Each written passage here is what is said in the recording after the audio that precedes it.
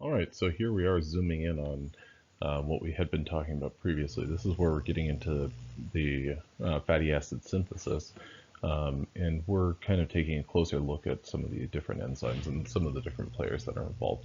The first thing that I want to draw your attention to is our two starting components. We have malonyl-CoA, which is 3 carbons, plus an S-CoA, and then we have our acetyl-CoA, which is 2 carbons.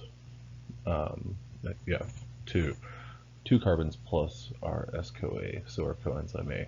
Okay, what we have to do absolutely first is transfer our acetyl-CoA and transfer our malonyl-CoA onto our acyl carrier protein to make acetyl ACP and malonyl ACP. So these acyl carrier proteins are very similar to the glycogen in structure that we saw when we talked about glycogen synthesis. And the enzyme that catalyzes this reaction is highlighted in example 1A and 1B, and that's our malonyl acetyl-CoA ACP transacylase. So it's transferring these two carbons from our coenzyme A onto our acyl carrier protein likewise.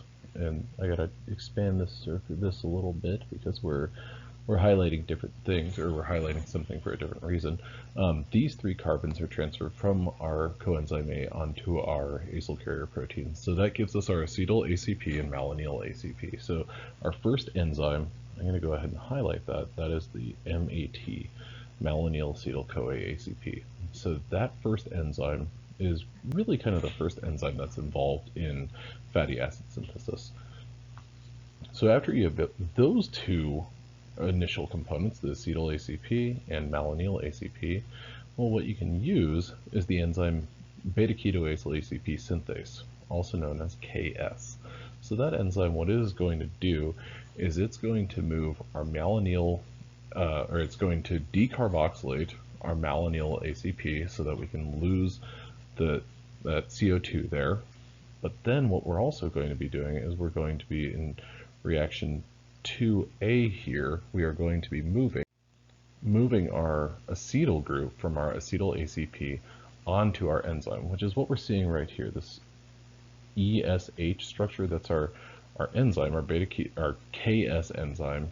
And what we're doing is we're transferring these 2 carbons right here, or this acetyl group, onto our enzyme and releasing our ACP, our acyl carrier protein, so that it can actually go back up here and begin this process again. So we've transferred those 2 carbons from our acetyl ACP onto our enzyme, which that enzyme is then able to be, those 2 carbons are then able to be transferred from that free enzyme onto basically the end of our malonyl carbons, or our 2 carbons from our malonyl ACP, and that gives us our acetyl ACP. So what we've done is we lost our CO2 from our malonyl ACP, and where that CO2 was, we've added the 2 carbons from our original acetyl-CoA molecule, or originally from our acetyl-CoA molecule. So this down here, I have the distal 2 carbons coming from our acetyl-CoA, subsequent additions of carbons come from our malonyl-CoA. So whenever we recycle this process and complete this process multiple times, we'll go back over this and see where everything is being added and such. All right, so that gives us our top here, where we have the formation of our acetyl ACP. Now, once that's formed, we can use the enzyme KR, or beta-ketoacyl ACP reductase. So, what we've done effectively is, at this point in time, we've added the 2 carbons. We've elongated this chain by the addition of 2 carbons from our acetyl-CoA molecule originally, or acetyl-CoA, that becomes part of our acetyl ACP molecule. And so what we have to do now is basically get rid of this carbonyl oxygen, and we're going to do that first with the help of this beta-ketoacyl ACP reductase, which is going to help us produce D-beta hydroxybutyryl ACP, so we'll get beta-hydroxyacyl ACP dehydratase or dehydrase that converts that to our alpha-beta trans-butanoyl ACP. And once we have that molecule, we've gotten rid of our oxygen. Now all that we need to do is kind of finish the job and get us an enoyl ACP reductase, which is going to get our butyryl ACP. So, butyryl ACP. So this gives us our 4 carbons plus ACP.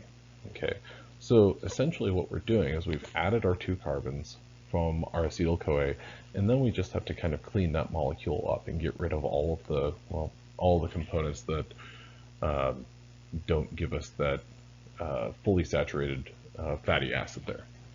All right, so moving on from there, like I said previously, fatty acid synthesis is largely the reverse of beta oxidation.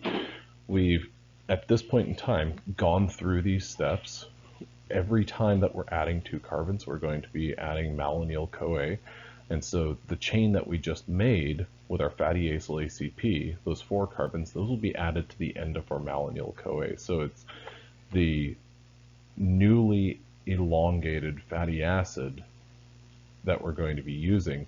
It's the carbons from that that will be transferred onto our malonyl-CoA in order to elongate. So it's like the malonyl-CoA, that is the source of the 2 carbons that we're adding with every successive step. So here's our butyryl ACP. We're going to go through this. This is just an example where we're going through this step multiple times. We're going through it a grand total of 7 reactions, or 7 reaction cycles. And what we'll ultimately make is an enzyme known as, a fatty acid conjugated to an acyl carrier protein, this palmitoyl ACP. So palmitoyl ACP is palmitic acid plus ACP, so that acyl carrier protein. Now, in order to get this to be just a fatty acid, just the palmitic acid, what we have to use is the enzyme known as palmitoyl thioesterase, so this TE. And basically what that will do, that will relieve us of having that acyl carrier protein. That will be released, that will be available once again, so that can go through the cycling of making a malonyl ACP or a acetyl-CoA ACP or acetyl ACP. And this molecule right here, this palmitate that we've made, that has a grand total of 1, 13, 14, or no, that would be 14, 15, and 16 carbons, so 16 carbons. So ultimately, that's what it's going to take to complete the production of a palmitic acid or a palmitate molecule. Okay, now all of those different components are summed up and captured in this complex known as fatty acid synthase. Okay, now this molecule, or this is a multi-component enzyme, and I've always kind of looked at it, and for some reason I always think of the movie Toy Story, and I think about the neighbor kid, Sid, and how he has those kind of like dolls that he puts together, and it's really kind of creepy. For some reason, this fatty acid synthase molecule has always looked like a baby doll or something, and it's always reminded me of Toy Story, so I don't know. Maybe nobody else agrees with that, but that's that. At any rate, you can kind of look at this whole thing as, well, all of the different steps that are involved. Okay, so our first enzyme that we talked about was that malonyl acetyl-CoA ACP transacylase. Well, that enzyme is right here. That highlighting didn't show up well. Let me highlight in white underneath it. Nope, that didn't work either. Let me write in white underneath it. There we go. Our MAT. There's our MAT as well. So that enzyme is basically going to do our first step, and that is going to take our acetyl-CoAs and our malonyl-CoAs and transfer those carbons onto an acyl carrier protein.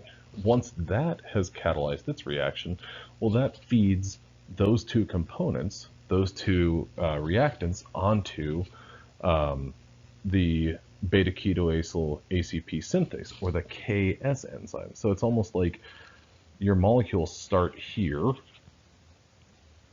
and then they're fed upward. Okay, so that Ks can take over. After Ks, you go on to Kr, which is up here and up here. So the next reaction is going to be done by ketoacyl ACP reductase.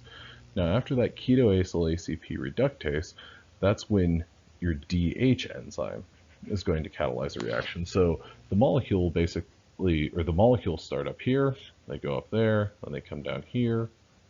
Yes, and this is a perfect representation of the flow of things. They're going to go to that dehydrase, and then finally they're going to go up here to the ER, or more appropriately, the enoyl ACP reductase, the ER there, rather than endoplasmic reticulum or emergency room or anything like that. But that's basically how this multi-merit complex works with all of these different components. And I think it's kind of cool to imagine, like, when you look at a flow chart or when you look at a metabolic pathway, it's just like, oh yeah, this happens, and then this goes on to here, and this goes on to here.